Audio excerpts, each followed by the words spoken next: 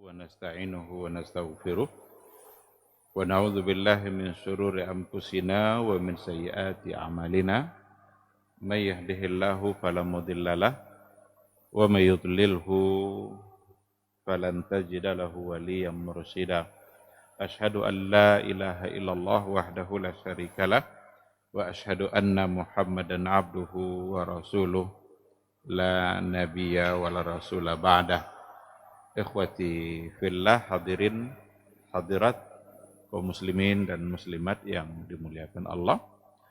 Mari kita awali kajian kita dengan bersyukur dan memuji Allah Subhanahu wa taala.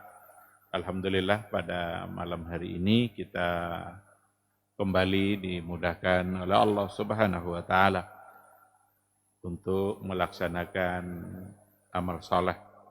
Mudah-mudahan ibadah maghrib yang sudah kita tunaikan secara berjamaah dicatat oleh malaikat Allah, dan alhamdulillah kita sudah dimudahkan pula untuk duduk sejenak di majelis ilmu, sebuah majelis yang mudah-mudahan bisa menjadi wasilah untuk mendapatkan kemuliaan kita yang sesungguhnya di sisi Allah Subhanahu wa taala. Kemuliaan di sisi Allah itu kita dapatkan dengan dua hal. Yang pertama dengan iman, yang kedua dengan ilmu. Yarfa'illahu allazina amanu minkum wallazina utul ilma darajat. Allah mengangkat derajat dan kemuliaan orang-orang yang beriman dan orang-orang yang mereka diberikan ilmu. Berarti ada iman, kemudian ada ilmu yang diberikan oleh Allah Subhanahu wa ta'ala. Mudah-mudahan dengan ilmu yang kita miliki, hidup kita semakin terarah, hidup kita selalu terpelihara dari hal-hal yang tidak diinginkan oleh Allah Subhanahu wa ta'ala.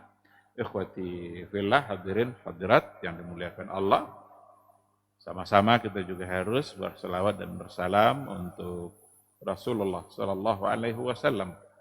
Allahumma salli ala Muhammad wa ala ali Muhammad. Mudah-mudahan kita benar-benar mentauladaninya. Kita benar-benar dimampukan oleh Allah Subhanahu wa taala untuk menjadikan beliau sebagai tauladan. Tidak ada tauladan dalam kehidupan kita selain daripada Rasulullah sallallahu alaihi wasallam. Allah mengutusnya untuk menyampaikan sebuah risalah, risalatul Islam. Dan risalatul Islam itulah yang harus kita taati terus. Kita harus berada di jalan itu, karena itulah jalan yang terang, tidak ada lagi sedikit pun gelap dan samarnya. Taraktukum ala al-mahajjatil bayda lailuha kanahariha la yazighu anha illa halik. Aku tinggalkan kalian di atas hujjah, di atas jalan yang sangat terang. Berarti Nabi wafat belum meninggalkan hujjah, jalan yang sangat terang itu. Lailuha kanahariha, malamnya saja sama dengan siangnya. La yazighu anha illa halik. Tidak ada orang yang kalau mencoba untuk menyimpang, mencoba untuk keluar dari jalur yang tadi itu, illa halik, kecuali dia pasti binasa. Maka ikhwati fillah, sabar-sabar sajalah terus berada di atas jalan sunnahnya Rasulullah sallallahu alaihi wasallam. Mungkin godaan-godaan berat, tapi bersabarlah, karena disitulah kebahagiaan yang sesungguhnya. Mudah-mudahan semua kita bisa mendapatkan syafaat dan pertolongan dari beliau di yaumal mahsyar, yauma la yanfa'u malun wala banun illa man atallaha biqalbin salim. Ikhwati fillah, ma'asyaral hadirin wal hadirat rahimani Allahu wa iyyakum. Kembali kita pada malam hari ini melanjutkan kajian akidah melalui sebuah buku Manazil Al-A'immatil Arba'ah, kedudukan 4 imam mazhab. kedudukan imam mazhab yang dimaksud di sini adalah persoalan akidah yang ditulis oleh Imam As-Salamasi. Alhamdulillah kita sudah menyampaikan beberapa kali mukaddimah dari pembahasan yang ada di dalam buku ini sebelum kita masuk kepada poin-poin yang berkaitan dengan akidah, yang berkaitan dengan tauhid, yang memang menjadi keyakinannya para imam mazhab yang 4. Abu Hanifah, Imam Malik, Imam Syafi'i, dan Imam Ahmad. Maka mulai malam hari ini insyaallah kita akan masuk pada Al-Qismus Tsalis, bahagian yang ketiga. Bagian yang ketiga itu judul besarnya adalah Fi Jumali Al-I'tiqad. Fi Jumali Al-I'tiqad. Terkait dengan beberapa hal yang hubungannya dengan akidah. Berarti kita masuk kepada inti dari yang ingin kita capai dari kajian kita.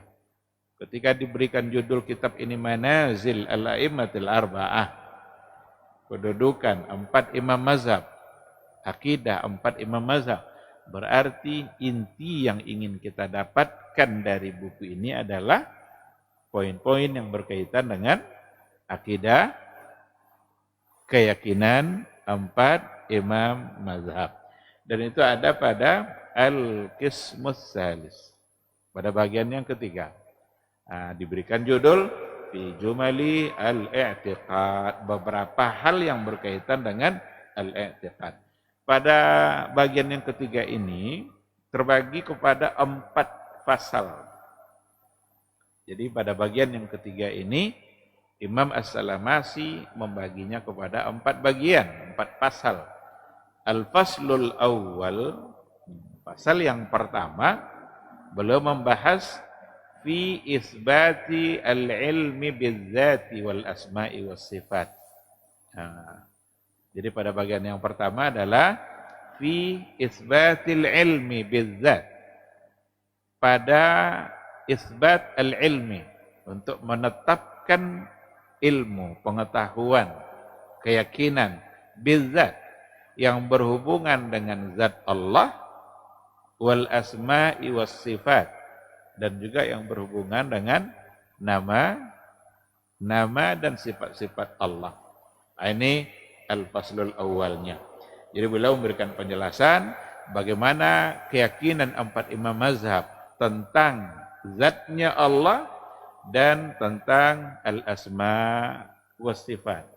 Ini adalah inti dari akidah, ini adalah inti dari keyakinan kita kepada Allah Subhanahu wa ta'ala. Karena sebagai seorang muslim yang beriman kepada Allah Subhanahu wa ta'ala, maka dia wajib untuk mengenali siapa Rabb-nya. Wajib untuk mengenali siapa yang dia sembah. Tidak mungkin kita mencintainya kalau seandainya kita tidak kenal. Atau tidak mungkin kedekatan kita dengan dia akan semakin sesuatu yang dirindukan atau kita merindukan kalau seandainya kita tidak mengenalinya. Tidak mungkin kita takut kepadanya kalau seandainya kita tidak kenal dengan kekuasaan, kekuatan, dan lain sebagainya yang ada pada Allah Subhanahu wa ta'ala. Nah, itulah sebabnya beliau memulainya dalam pembahasan ini fi isbati al-ilmi bizzat. Memang Allah Subhanahu wa ta'ala kita mesti mengenalinya dari berbagai hal. Ada zat yang dimiliki oleh Allah Subhanahu wa ta'ala, ada namanya, dan ada juga sifat-sifat yang dimiliki oleh Allah Subhanahu wa ta'ala. Semua itu dijelaskan di dalam Al-Quran. Semua itu dijelaskan di dalam hadis-hadis Rasulullah sallallahu alaihi wasallam. Apa yang dijelaskan oleh Allah dalam Al-Quran tentang dirinya, itulah yang harus kita yakini. Apa pula yang dijelaskan oleh Rasulullah sallallahu alaihi wasallam dalam hadis-hadisnya, maka itu jugalah yang harus kita yakini. Oleh karena itu, sumber utama untuk mengenali Allah. Sumber utama untuk mengenali Allah, baik secara zatnya maupun nama dan sifatnya, itu adalah wahyu. Wahyu dalam hal ini Al-Quran dan Sunnah. Tidak mungkin kita mengenali Allah kecuali melalui wahyu. Kenapa demikian? Karena perkara gaib, siapa yang paling tahu dengan yang gaib? Allah. La ya'lamul ghaiba illallah. Tidak ada yang mengetahui perkara yang gaib kecuali Allah. Maka tidak boleh kita percaya kepada tukang ramal. Para peramal itu kan seolah-olah dia tahu yang gaib. Seolah-olah dia tahu apa yang akan terjadi. Yang akan terjadi itu adalah masalah gaib. Dan Allah mengatakan, la ya'lamul ghaiba illallah. Tidak ada tahu perkara yang gaib kecuali hanya Allah Subhanahu wa ta'ala. Kalau memang hanya dia yang tahu, berarti informasi tentang diri dia juga lah yang paling tahu. Karena ini adalah perkara gaib.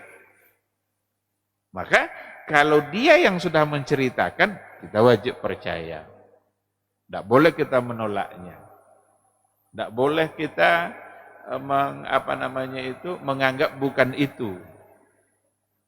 Karena kadang-kadang kita temukan juga ada Allah Subhanahu wa ta'ala memperkenalkan dirinya dalam Al-Quran. Dia bilang kalau dia begini, dia begitu. Ini tidak begitu maksudnya. Maksudnya ini.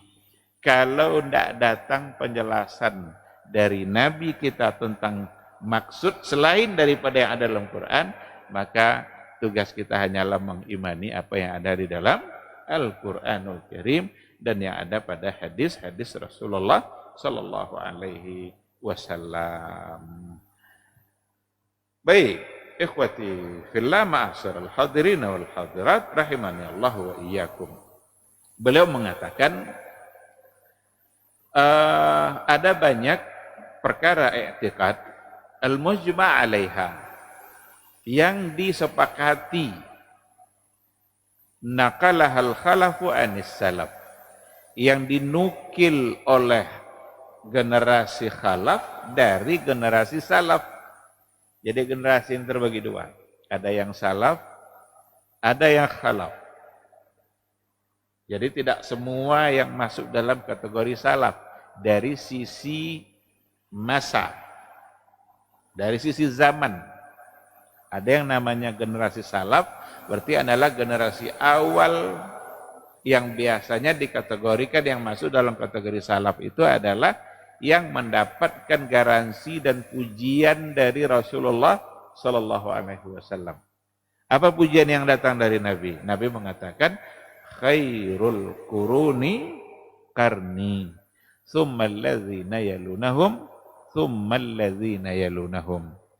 Generasi terbaik itu adalah generasi saya, kemudian generasi yang sesudahnya, dan generasi yang sesudahnya. Berarti ada tiga generasi yang biasa dikategorikan generasi yang paling utama, yang langsung diajarkan oleh Rasulullah Sallallahu Alaihi Wasallam adalah generasi sahabat. Sahabat adalah orang yang bertemu dengan Nabi, beriman dengan beliau, dan wafat di atas iman. Kalau bertemu beriman lalu murtad, berarti tidak sahabat. Atau bertemu tapi Islamnya tidak pada masa bertemu itu, berarti bukan sahabat. Nah, jadi bertemu, beriman, dan wafat di atas iman. Inilah generasi terbaik yang pertama, yang mendapatkan garansi langsung dari Rasulullah Sallallahu Alaihi Wasallam. Tsummal ladzina yalunahum, kemudian generasi yang sesudahnya adalah tabi'in. Tsummal ladzina yalunahum, dan satu generasi lagi sebagai atba'ut tabi'in yang mengikut golongan tabi'in. Inilah yang biasanya disebut sebagai generasi salaf secara masa zaman. Adapun yang sesudahnya disebut sebagai khalaf. Khalaf itu pengikut yang datang sesudah salaf. Maka di sini dikatakan jumalul i'tiqad al-mujma' 'alaiha. Beberapa poin akidah yang disepakati, yang dinukil oleh khalaf dari salaf. Berarti generasi belakangan yang menukil dari generasi salaf, generasi awal. Ajma'a 'alaiha as-sahabatu wattabi'una lahum bi ihsan. Di mana perkara-perkara akidah yang disepakati oleh sahabat, generasi tabi'in yang mengikuti sahabat itu, wa a'immatul amsar minal fuqaha'i wa ashabil hadis. Dan juga para ulama-ulama yang terkenal dalam setiap masa dari para fuqaha wa ashabul hadis wa arbabul wara' wa taqwa, dan mereka-mereka yang terkenal sebagai orang yang wara dan orang yang takwa. Al-musannifina fi ilmil kitabi wa sunnah, di mana mereka itu menulis atau membukukan atau menyampaikan fi ilmil kitabi wa sunnah, ilmu yang bersandarkan kepada Alkitab, Al-Quran dan Sunnah. Jadi ada banyak perkara-perkara yang merupakan perkara iman, perkara i'tiqad yang dinukil, di mana perkara itu disepakati oleh sahabat, oleh tabi'in, dan para ulama-ulama fuqaha yang terkenal pada setiap masa. Yang dimaksud dengan a'immah minal fuqaha ini adalah mereka-mereka para a'immatul mazahib, imam mazhab, yang memang mereka punya manhaj, punya metode yang sama dengan metode generasi salaf. Jadi kalau dari sisi zaman, salaf itu terbatas. Karena setelah salaf datanglah khalaf. Tapi kalau dilihat dari sisi manhaj, dilihat dari sisi metode bagaimana beragama, apakah metode salaf dulu masih ada? Sekarang ada dan akan ada terus sampai hari kiamat. Karena Nabi yang menjamin adanya. La tazalu ta'ifatun min ummati zahirina 'alal haq. Senantiasa akan ada nanti dalam setiap zaman, kata Nabi, sekelompok umatku zahirina 'alal haq. Mereka terang berada di atas al-haq. Maka dari sisi masa salaf sudah berakhir. Yang ada adalah khalaf.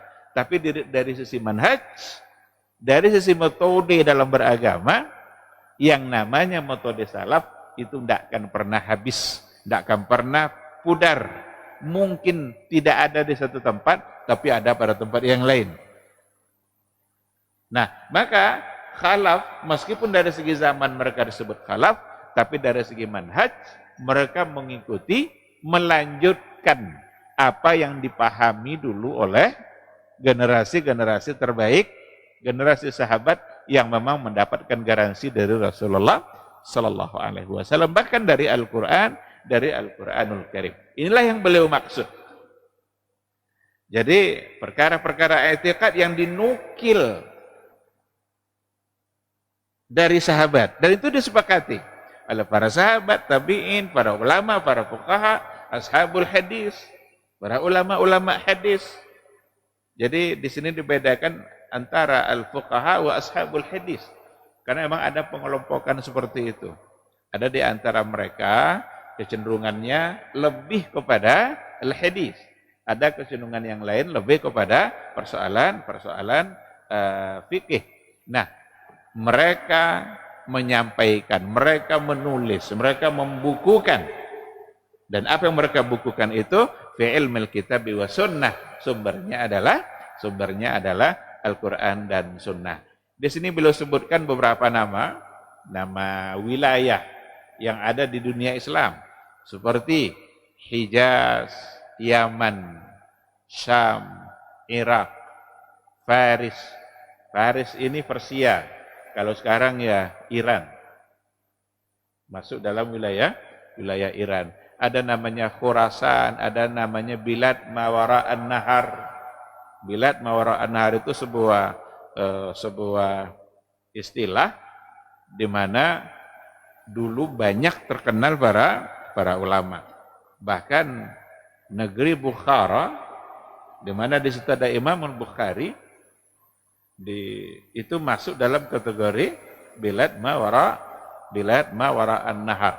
Jadi banyak para ulama. Sugur Syam, berbagai wilayah di Syam, Azerbaijan, disebutkannya nama-nama wilayah. Dan itu artinya adalah bahwa dimanapun para ulama itu berada, jika memang sumber akidah mereka adalah Al-Quran dan Sunnah, maka yang mereka yakini pasti sama. Ini ada yang di barat, ada yang timur, ada yang utara, ada yang di selatan. Dimanapun mereka berada, asalkan memang sumber mereka Al-Quran dan Sunnah, maka akidah mereka pasti sama. Maka di sini belum menukil ungkapan Al-Imam Abul Muzaffar As-Sam'ani. Ada pentahkiknya menukil ungkapan Abul Muzaffar As-Sam'ani. Apa kata beliau? Innaka law tala'ta jami'a kutubihim. Sesungguhnya engkau, jika engkau baca semua kitab-kitab mereka. Jadi kita baca semua kitab-kitab mereka yang ada di Hijaz, yang ada di Yaman, ada di Syam, ada di Irak, di Khurasan, Azerbaijan, di mana saja. Jika kamu baca, yakni a'immata ahli sunnah, imam-imam ahli sunnah, min awalihim ila akhirihim, dari awal sampai akhir, khadimihim wa hadisihim, baik yang lama dulu maupun yang baru. Kan soal penulisan ini kan bukan baru sekarang, dari dulu juga sudah ada, baik yang lama maupun yang baru. Ma'akhtilafi buldanihim wa zamanihim. Berbeda negeri mereka dan berbeda masa mereka. Jadi berbeda negeri itu ada yang di Irak, ada yang di Syam, ada yang di Yaman, atau berbeda masa. Ada yang di tahun kedua, ada yang tahun ketiga, ada yang di abad keempat, abad kelima, itu berbeda masa. Wa taba'udi ma bainahum fid diyar.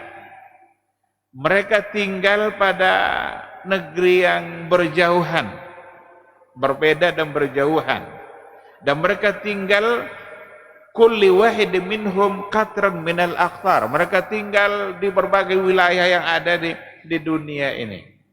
Tetapi jika dibaca secara baik buku-buku mereka yang bersumber kepada Quran dan Sunnah tadi itu, maka dia mengatakan wajadtahum fi bayanil i'tiqadi ala watiratin wahidah. Engkau pasti akan menemukan dalam penjelasan mereka tentang akidah ala watiratin wahidah wa namatin wahid. Itu persis seperti satu hal yang sama, tidak ada bedanya. Tidak ada yang berbeda di situ. Padahal masanya berbeda, tempat tinggalnya berjauhan, hidupnya tidak semasa. Tapi kalau mereka menuliskan persoalan akidah, dikarenakan oleh sumbernya adalah sama, Al-Quran dan Sunnah, maka pasti engkau akan menemukan yang mereka tulis itu ala namatin wahid, persis sama, seperti seolah-olah keluar dari satu lisan, seolah-olah keluar dari satu orang. La tara bainahum ikhtilafan wa la tafarruqan fi syai'in. Engkau tidak akan menemukan di antara mereka adanya ikhtilaf wa la tafarruqan fi syai'in wa in qalla. Dan juga mereka tidak berpecah-pecah, tidak tafarruq, mereka tidak berbantah-bantah dalam persoalan akidah ini, wa in qalla, meskipun sedikit. Ini kata-kata yang diucapkan oleh seorang ulama besar namanya Abul Muzaffar As-Sam'ani. Jadi seolah-olah keluar dari satu lisan, seolah keluar dari satu orang, padahal yang menulisnya orang berbeda-beda. Maka ulama atau para sahabat pada masa dahulu sesungguhnya dalam persoalan i'tiqad, usulul i'tiqad, usuluddin, dalam mengenal Allah umpamanya, sesungguhnya tidak pernah terjadi perbedaan di kalangan mereka. Tidak pernah terjadi. Tabi'in yang mengambil akidahnya dari para sahabat, mereka punya akidah yang sama. Ulama-ulama mazhab yang mengambil akidah dari generasi yang sebelumnya, dikarenakan generasi sebelumnya itu punya manhaj yang benar dalam berakidah, maka mereka juga memiliki akidah yang benar. Jadi beliau ini, Imam As-Salamasi, ingin memastikan bahwa para imam yang empat, mereka meskipun hidup berbeda zaman, tapi karena akidah, sumber akidah mereka sama, maka mereka punya tauhid, punya keyakinan, dan punya akidah yang sama tentang bagaimana mengenali Allah, al-ilmu bizzat, mengenali zat-zat Allah, dan al-ilmu bil asma'i was sifat, bagaimana mereka juga mengetahui nama-nama dan sifat Allah subhanahu wa ta'ala. Mereka punya keyakinan yang sama tentang nama Allah, tentang sifat-sifat Allah. Tidak ada yang berbeda. Kapan perbedaan muncul? Kalau seandainya mulai sumbernya tidak lagi murni Al-Quran dan Sunnah. Apalagi kalau seandainya sempat nas itu lebih dibelakangkan dulu, di-cancel dulu. Hanya karena seolah-olah ada yang tidak sejalan dengan akal dan logika.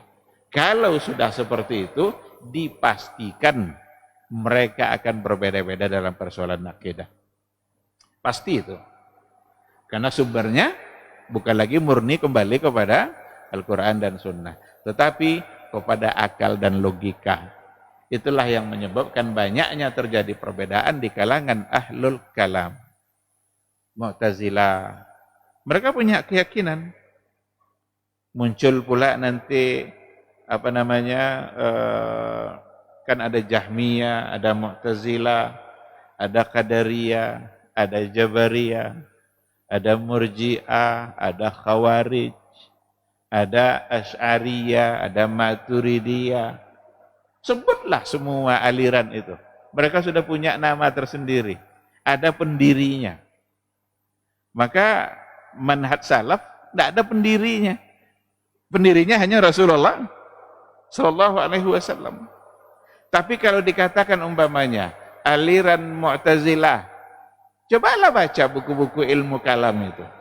Nanti ketika sampai pada bab Mu'tazilah umpamanya, aliran Mu'tazilah didirikan oleh ada umpamanya Wasil bin Atha.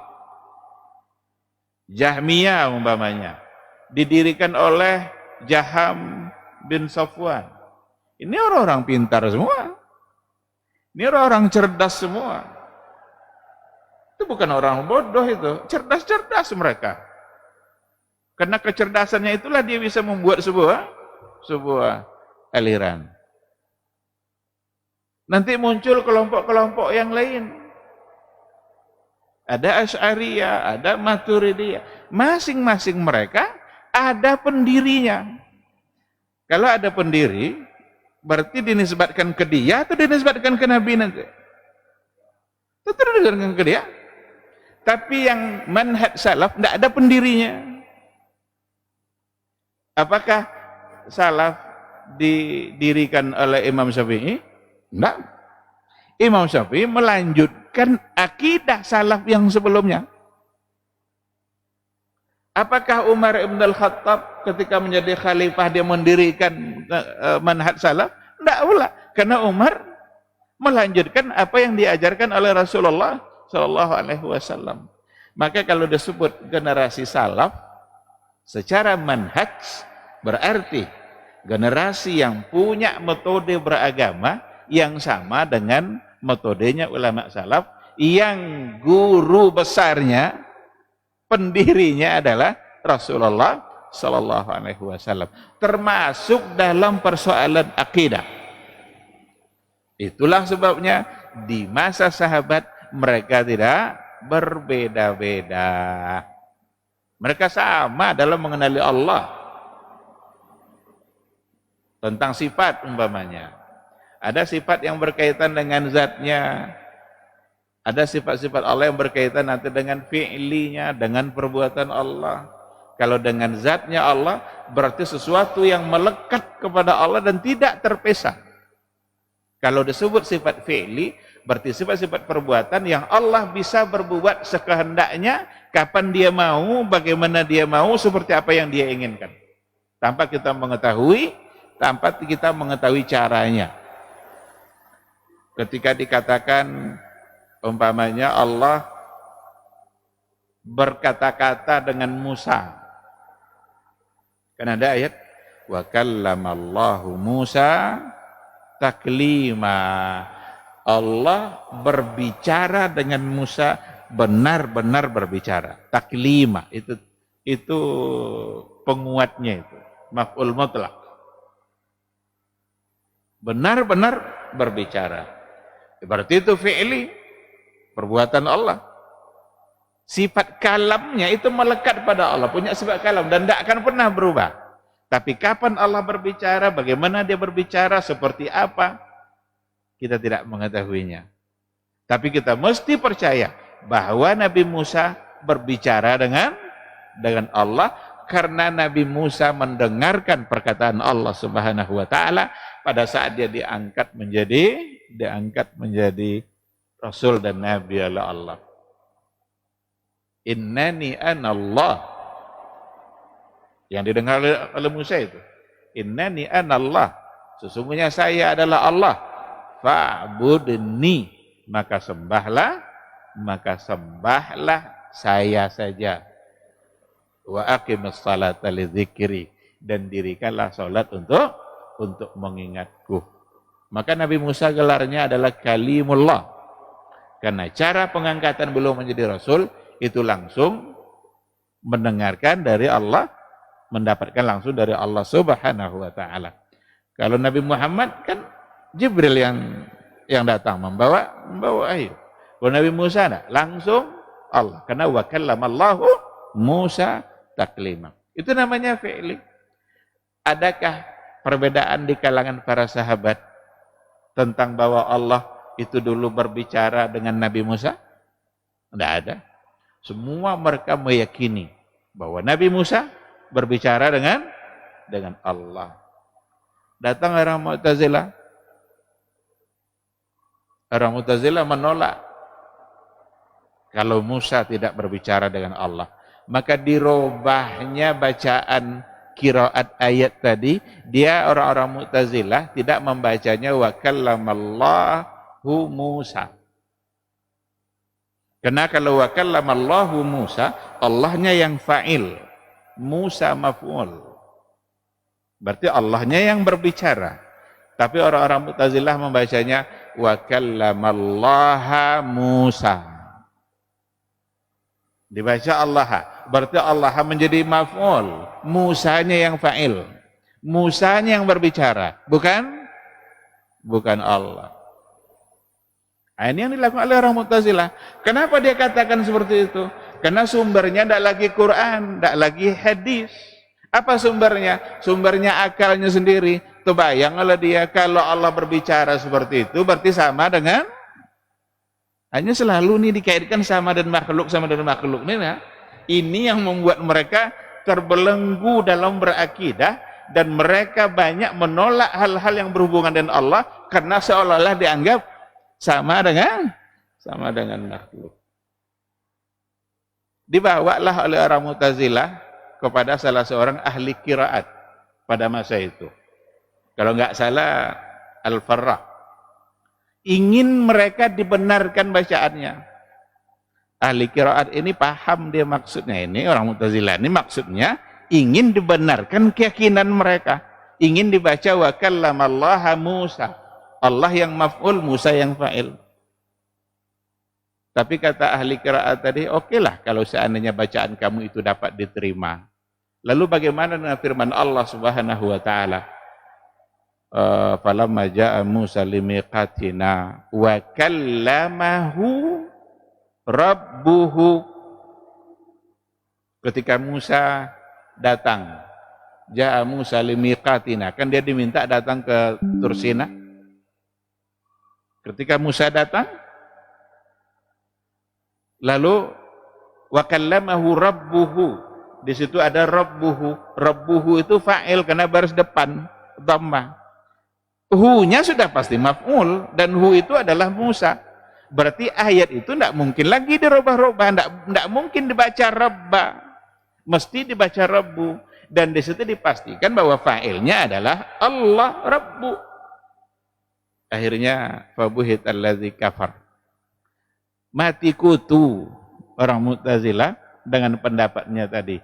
Ketika satu ayat bisa diutak-atik untuk mendukung akidahnya, tapi ternyata ayat ini tidak mungkin untuk dirubah-rubah karena dhamir yang menjadi maf'ul tidak mungkin dirubah lagi untuk didudukkan ia sebagai fa'il.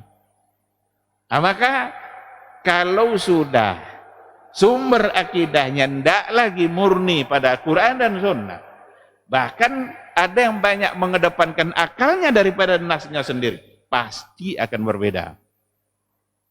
Makanya antara Jahmiyah Mu'tazilah berbeda, Qadariyah Jabariyah berbeda, Asy'ariyah Maturidiyah berbeda. Jangan kira sama Asy'ariyah sama Maturidiyah itu. Jadi untuk menghukumi bahwa Ahlus Sunnah adalah Asy'ariyah Maturidiyah akidahnya, itu saja sudah salah, karena antara mereka berdua saja berbeda akidahnya. Kalau berbeda, lalu yang mana yang benar? Nah, ini dia. Maka ditekankan betul oleh beliau pada awal katanya ini. Dan dinukil pula ungkapan dari Abul Muzaffar As-Sam'ani. Abul Muzaffar As-Sam'ani. Ungkapan yang tadi itu.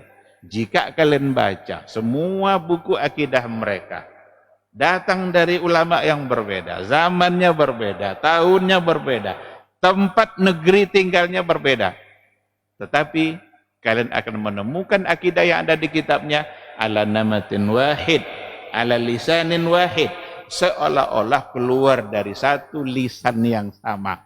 Kenapa bisa itu terjadi? Karena sumbernya adalah Al-Quran dan Sunnah Rasulullah Sallallahu Alaihi Wasallam. Jadi katanya, ka'annahu ja'a min qalbin wahid. Ka'annahu ja'a min qalbin wahid. Seolah-olah datang dari satu hati. Wa hariyun ala lisanin wahid. Dan seolah-olah juga datang dari lisanin wahid, dari satu lisan. Masuk waktu. Baik, kita jawab dulu suara azan, insyaallah nanti kita sambung.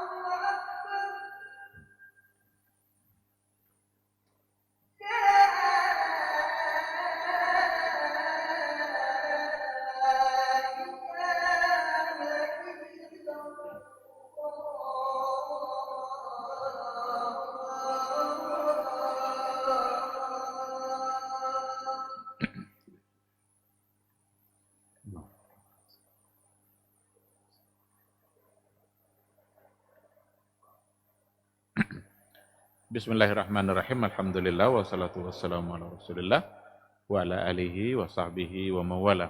Ikhwati fillah, ma'asyiral hadirin wal hadirat, rahimani Allahu wa iyyakum. Kembali kita ke materi kita setelah beliau menyampaikan apa yang tadi sudah kita sampaikan, maka Al-Imam As-Salamasi memulai dari perkara yang paling penting dari semua yang ada, yang mesti diyakini oleh semua umat Islam. Beliau mengatakan, ajma'u, mereka bersepakat, annal wajib 'alal mukallaf, sesungguhnya wajib bagi mukallaf. Mukallaf adalah orang yang sudah mendapatkan pembebanan hukum. Itu taklif. Karena ada orang yang ghairu mukallaf. Siapa orang yang ghairu mukallaf? Anak kecil. Anak kecil belum disebut mukallaf. Orang gila, orang yang akalnya tidak sehat, dia tidak mukallaf. Karena memang akalnya tidak kuat untuk dibebankan hukum.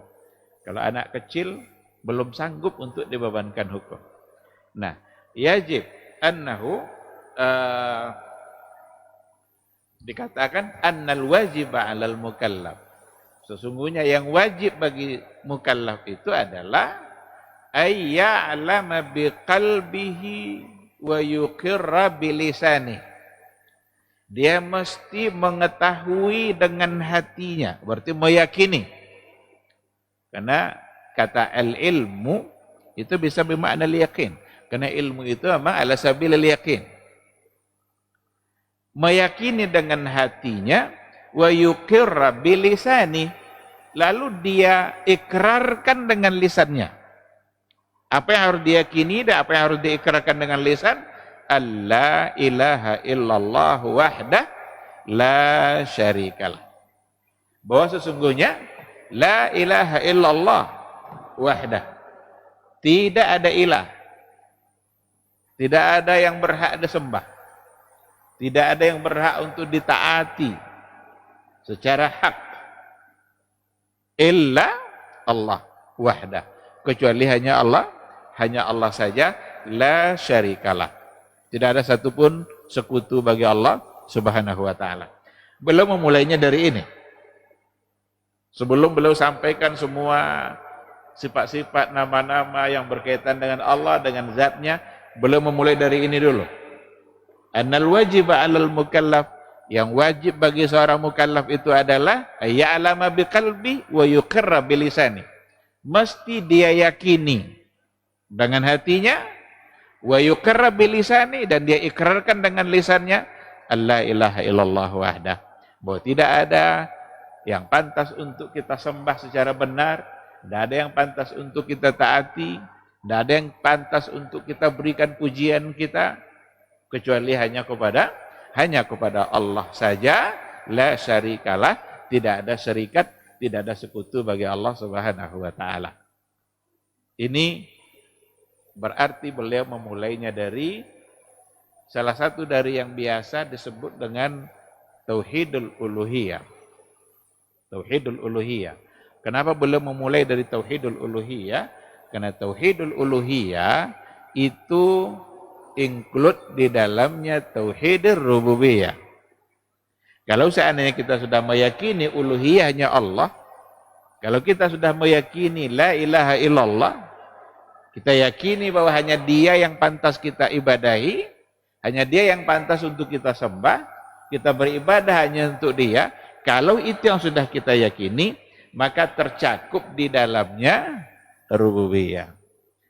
Tapi kalau sekadar meyakini rububiyah saja dalam artian Allah sebagai pencipta, Allah sebagai pemberi rezeki, maka belum masuk dalamnya ketaatannya kepada Allah secara mutlak dalam ibadahnya.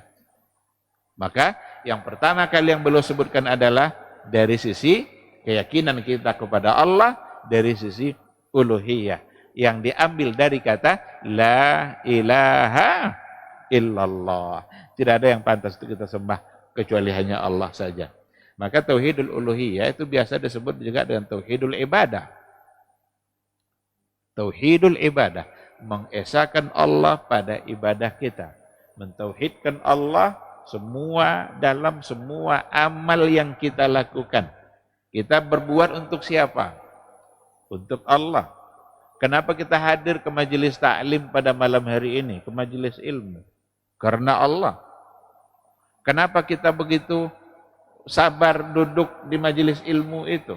Karena memang niatnya adalah untuk Allah. Maka selalulah berniat untuk Allah, maka segalanya akan dinilai menjadi ibadah. Selalulah niatkan amal kita untuk Allah supaya akan tetap menjadi ibadah. Kalau sudah niatnya untuk Allah, maka semua akan menjadi ibadah. Tapi kalau saya niatnya untuk yang lain, berarti bisa saja untuk hal yang sesuai dengan yang kita niatkan, karena Nabi bilang seperti itu. Innamal a'malu binniyat wa innamal likulli imri'in ma nawa. Seseorang akan mendapatkan sesuai dengan apa yang dia niatkan. Meskipun kita melakukan hal-hal yang biasa-biasa dalam kehidupan kita, tetapi kalau kita niatkan karena Allah, dalam artian tujuannya untuk sesuatu yang diridhai oleh Allah, maka perbuatan yang biasa-biasa tadi itu akan bisa menjadi berpahala, bisa menjadi ibadah. Oh, contohnya olahraga umpamanya. Olahraga itu kan urusan dunia kita. Tapi sekarang kita berolahraga, main badminton, niatkan karena Allah. Apa makna karena Allah di sini? Karena Allah itu artinya untuk sesuatu yang diridhai oleh Allah. Saya berolahraga supaya saya sehat. Kalau saya sehat, saya mudah untuk beribadah. Berarti niat kita sudah lillah. Maka berolahraga kita di hari itu akan menjadi pahala. Makan itu kan persoalan dunia kita. Kita mau makan apa? Yang penting halal. Tapi niatkan karena Allah. Apa niat karena Allah? Sama seperti yang tadi itu. Bekerja sebagai seorang suami. Pagi-pagi tinggalkan rumah, pergi bekerja. Niatkan karena Allah. Apa niat karena Allahnya? Saya bekerja karena saya sebagai suami dan suami wajib memberikan nafkah.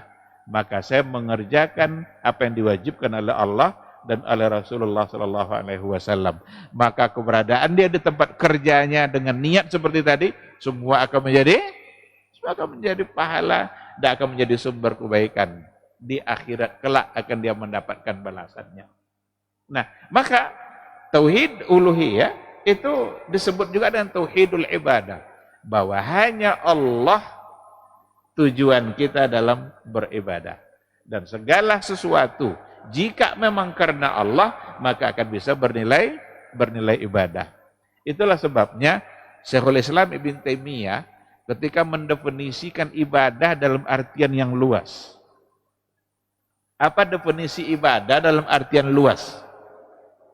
Beliau menyampaikan ibadah itu adalah ismun jami'un likulli ma yuhibbuhullahu wa yardah. Yang namanya ibadah itu adalah satu istilah jami' yang mencakup, masuk ke dalamnya likulli ma yuhibbuhullahu wa yardah.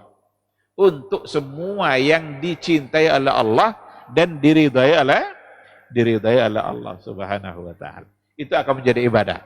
Apa saja? Jika Allah ridha, jika Allah suka, maka bisa akan menjadi ibadah, dan kita niatkan pula untuk Allah Subhanahu wa taala. Justru kebalikannya berlaku.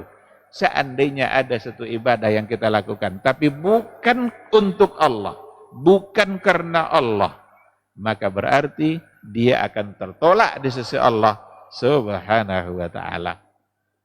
Haji itu ibadah, tapi kalau dikerjakan bukan karena Allah, akan tertolak. Salat itu ibadah, tapi kalau dikerjakan bukan karena Allah, Allah tak terima. Karena kita kerjakan untuk yang lain, bukan untuk dia. Bagaimana mungkin Allah terima sesuatu yang kita kerjakan bukan untuk dia? Sembelih, menyembelih, itu adalah ibadah. Maka salah satu dari contoh ibadah itu az-zabah, menyembelih hewan. Tapi kalau disembelih bukan karena Allah, bukan untuk Allah, maka akan tertolak, bahkan bisa menjadi syirik. Nah, oleh karena itu, balik kepada poin pertama yang disampaikan oleh Imam As-Salamasi.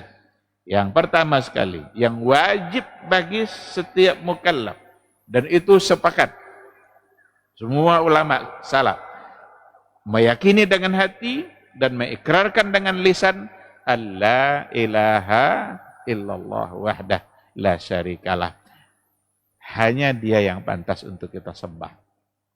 Beliau menyampaikan beberapa ayat sebagai landasan. Ayatnya tentu saja akan sangat banyak sekali. Di antaranya, wa ilahukum ilahun wahid. Wa ilahukum ilahu wahid. Tuhanmu adalah ilahun wahid. Hanya satu. Inilah yang diherankan dulu oleh orang-orang musyrik. Aja'alal alihata ilahu wahida. Apakah Muhammad itu ingin menjadikan Tuhan-Tuhan yang banyak itu menjadi satu? Karena Tuhan mereka banyak rupanya. Lata, Manat, Uzza, Hubal. Itu rupanya Tuhan-Tuhan mereka semua. Meskipun mereka meyakini ada satu Tuhan yang di langit. Jadi ada satu yang mereka yakini di langit, yang selain itu Tuhan di bumi. Datang Rasulullah Sallallahu Alaihi Wasallam mengatakan bahwa la ilaha illallah, hanya satu. Wa ilahukum ilahun wahid. Heran orang-orang musyrik itu. Maka untuk tauhidul uluhiyah, memberikan ketaatan hanya kepada Allah, tidak ada pada mereka. Tidak mau mereka, maka tidak akan pernah mereka disebut sebagai Muslim. Abu Talib Muslim tidak? Tidak. Tapi dia percaya tidak sama Allah, kalau Allah yang menciptakan, yang pemberi rezeki, tapi dia tidak disebut sebagai seorang Muslim. Orang-orang musyrik dulu punya keyakinan, yakin dia Allah yang menciptakan. Cuma mereka tidak mau memberikan taatnya hanya kepada Allah saja. Itu yang tidak mereka punya. Berarti mereka tidak meyakini la ilaha illallah. Hanya Allah yang ditaati, itu yang mereka tidak bisa. Karena bagi mereka, selain satu yang di langit tadi, ada banyak Tuhan-Tuhan yang ditaati yang ada di bumi. Itu yang tidak bisa mereka tinggalkan. Nah, maka sebagai seorang mukmin mesti yakini dengan hatinya, ucapkan dengan lisannya bahwa sesungguhnya la ilaha illallah. Ayatnya ada banyak, wa ilahukum ilahu wahid, ada lagi wasaffati saffa, fazajirati zajra, fataliyati dzikra, inna ilahakum lawahid. Inna ilahakum lawahid. Sesungguhnya Tuhan kalian yang pantas kita sembah itu hanyalah satu.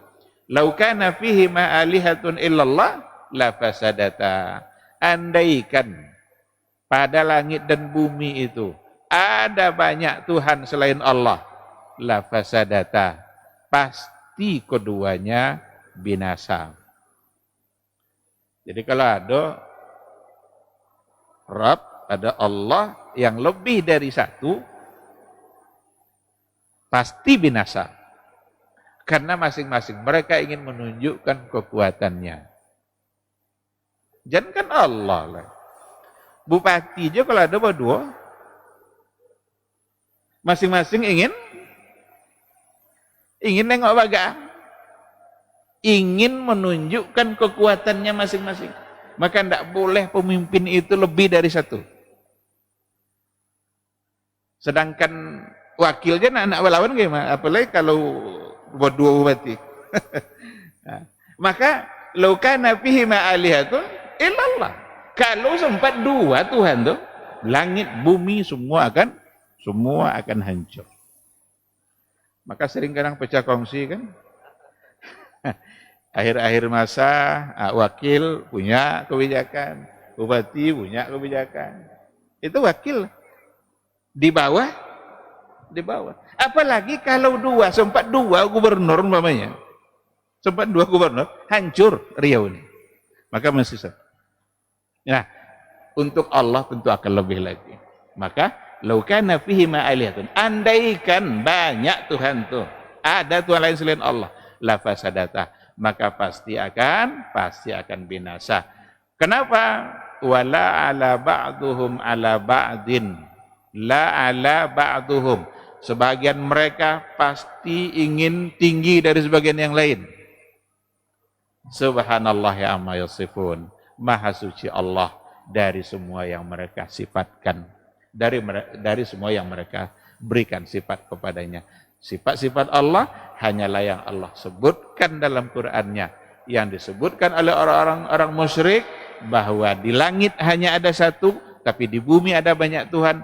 Itu sesuatu yang sangat tidak bisa diterima. Baik, ikhwati fillah, karena waktu kita sudah habis.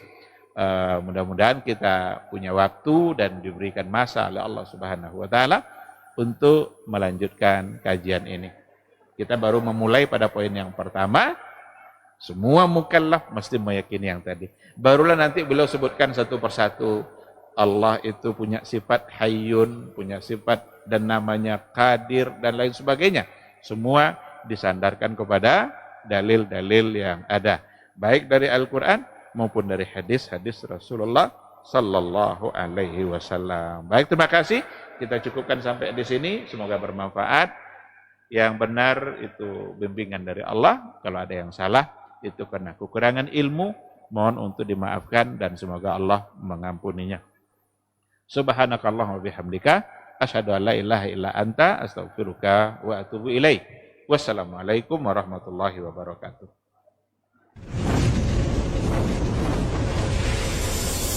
Baba TV Sunnah.